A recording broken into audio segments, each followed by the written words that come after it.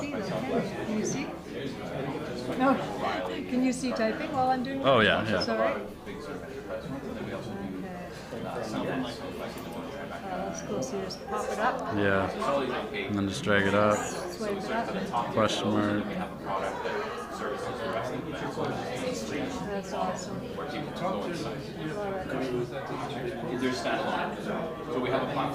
I noticed too that if you had a whole bunch of words together without spaces and hit the space bar, it puts the spaces in. Oh, yeah? Cool. Yeah. And he had the demo that if you just start typing French, it knows, but I couldn't figure that one out. Everybody else who really wants to bill for a big standalone app. All right, thank you very much.